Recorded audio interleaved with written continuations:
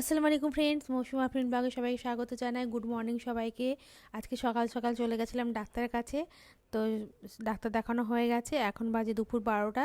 তো আমার মেয়ে বললো ওর খিদে পেয়েছে, তো বললো কিছু খাবো।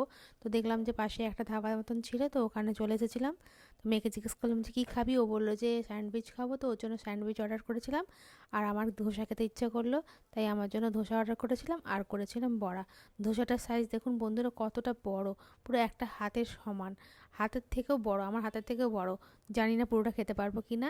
তো আমার মেয়েকে বললাম যে তুইও একটু এখান থেকে নিয়ে নিস, কারণ আমি পুরোটা এত খেতে পারবো না। আর আজকে সেরকম করে লাঞ্চ বানানোর টাইম নেই, কারণ 12টা বেজে গেছে আর বাড়ি যেতে যেতে প্রায় 1টা বেজে যাবে।